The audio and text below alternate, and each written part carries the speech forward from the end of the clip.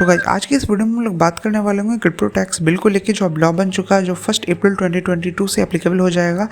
तो आज इस वीडियो में हम लोग कवर करेंगे कि क्या क्या इसमें पॉइंट्स निकल के आ रहे हैं जो इंपॉर्टेंट है हम लोग के लिए जानने के लिए, as well as second part of video जो होने वाला है वो डेडिकेटेड होगा कि आप किस तरीके से मैक्सिमम आप सेव कर सकते हैं। विथ एग्जाम्पल्स मैं बताऊँगा जो आपको ईजिली क्लियरली आप समझ सकें। तो चलिए वीडियो को स्टार्ट करते हैं। सो ये मैंने ऑलरेडी प्रिपेयर करके रखा है कि क्या क्या मेन पॉइंट्स है, आप खुद भी पढ़ सकते हैं। मैं लाइन बाय लाइन सबको एक्सप्लेन कर देता हूँ, ठीक है। जो फर्स्ट जो निकल के आ रहा है वो आपको flat 30% tax on every profit है, ठीक है। तो इसमें आपको है क्या कि अगर आप मान लीजिए कि आप 10,000 रुपये के कोई भी कॉइन लेते हैं, ठीक है, उसमें आप 10% प्रॉफिट करते हैं। 10% जो होता है 10,000 का वो 1,000 होता है, ठीक है। अब 1,000 जो आप प्रॉफिट किए, अब ये इस पे जो आपको 30% है जो कि 300 रुपीज़ बनता है, वो आपको एज अ टैक्स गवर्नमेंट को पे करना होगा। क्या इनकम टैक्स का वेबसाइट है, आप वहाँ पे जाके पे कर सकते हैं, ठीक है। उस तरीके से आपको इसे एवरी क्वार्टर जो सबमिट करना है। दूसरा बढ़ते कि आपको सेकेंड लॉ पे क्या आ रहा है, ठीक है। जो सेकेंड लॉ है वो है आपको 1% टैक्स डिडक्टेड एट सोर्स, जो TDS निकल के आ रहा है।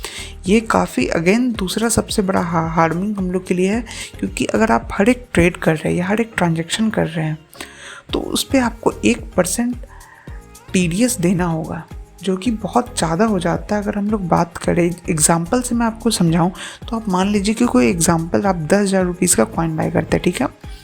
और अगर आप उसको मान लेते हैं कि आप कोई प्रॉफिट कोई लॉस पे नहीं भी सेल करते हैं, आप जिसने में अगर आप बाई किए थे 100 रुपीज़ पे, तो आप 100 के 100 रुपीज़ पे अगर आप बाई करते हैं देन वापस से सेल करते हैं, तो आपको पहले बाई का 1% एंड देन सेल का, इस तरीके से आपको ट्रांजेक्शन पे करना पड़ेगा एक्सचेंज पे, ठीक है।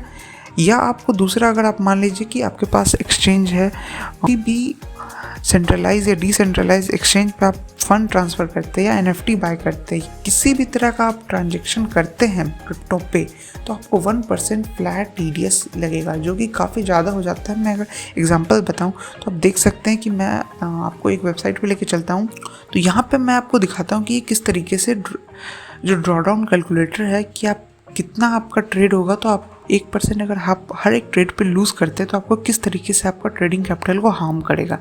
10,000 आपका बैलेंस है और मैंने रैंडमली 140 ट्रेड्स अगर एग्जीक्यूट किए हैं, तो उसमें आपका 1% हर एक ट्रेड पे लॉस हो रहा है। लॉस को इन द सेंस कि आपको TDS देना है गवर्नमेंट को अलग से, ठीक है। तो आप अगर देखें तो फर्स्ट ट्रेड में 1%, दूसरा में 1.99%, तीसरा में 2.97, ये क्यूमुलेट होता चला जाता है और आपका बस फर्स्ट 70 ट्रांजेक्शन में आप 50% लॉस पे आ जाते हैं।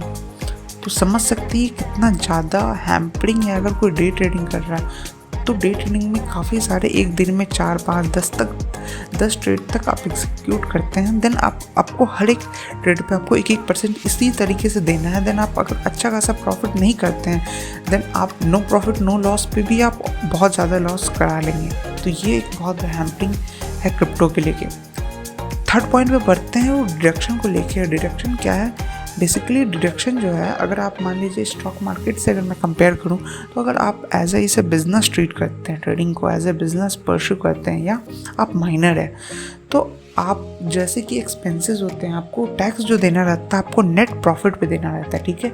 आपको इनकम जो होता है, इनकम एक तो आप कितना कमाए टोटल, ठीक है, आपने क्या कमाया, माइनस आपको करना एक्सपेंडिचर इज इक्वल टू आपका नेट प्रॉफिट बनता है, आपको उस पर टैक्स देना होता है।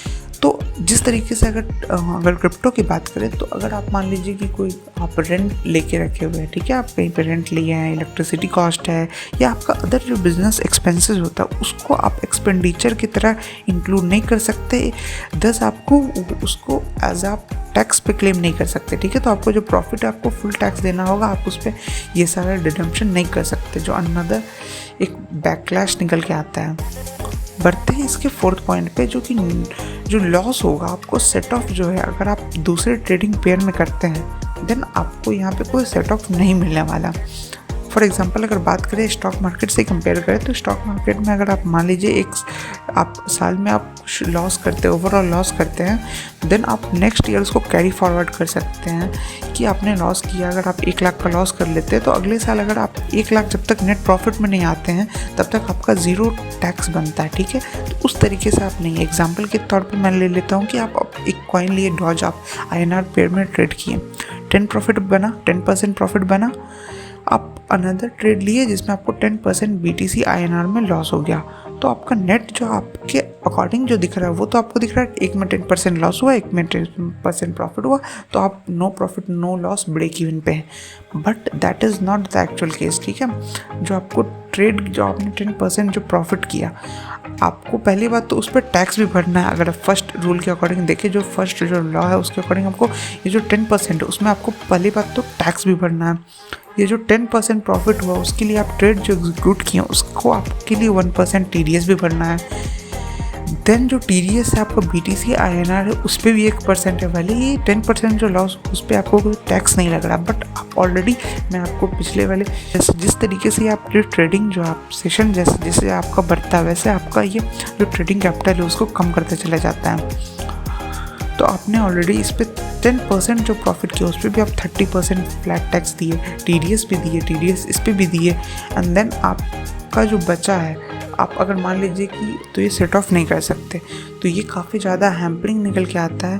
तो इसका जो सेकंड पार्ट है, वीडियो ऑलरेडी काफ़ी बड़ा हो गया है, तो मैं इसे सेकंड पार्ट में बताने वाला हूँ, कवर करने वाला हूँ कि आप इसे किस तरीके से स्मार्टली आप जो टैक्स से सेव कर सकते हैं। मैं इन्वेजन की बात नहीं कर रहा हूँ जो इलीगल होगा, आप किस तरीके से इसे मिनिमाइज़ कर सकते हैं। अगर आपको ये वीडियो पसंद आया तो लाइक कर सकते हैं, चैनल को कर सकते हैं सब्सक्राइब।